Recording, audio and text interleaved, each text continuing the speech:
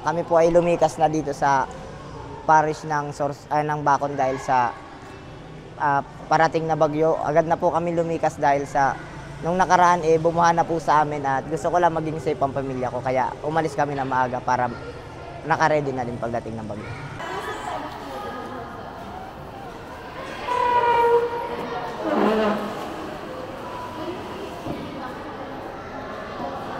Kasi po sa sobrang lakas po ng alon po sa may tapat po kasi taga-pabahay po kasi ako. Tapos yung hangin po doon sobrang lakas po, tsaka yung dagat din po sobrang alon.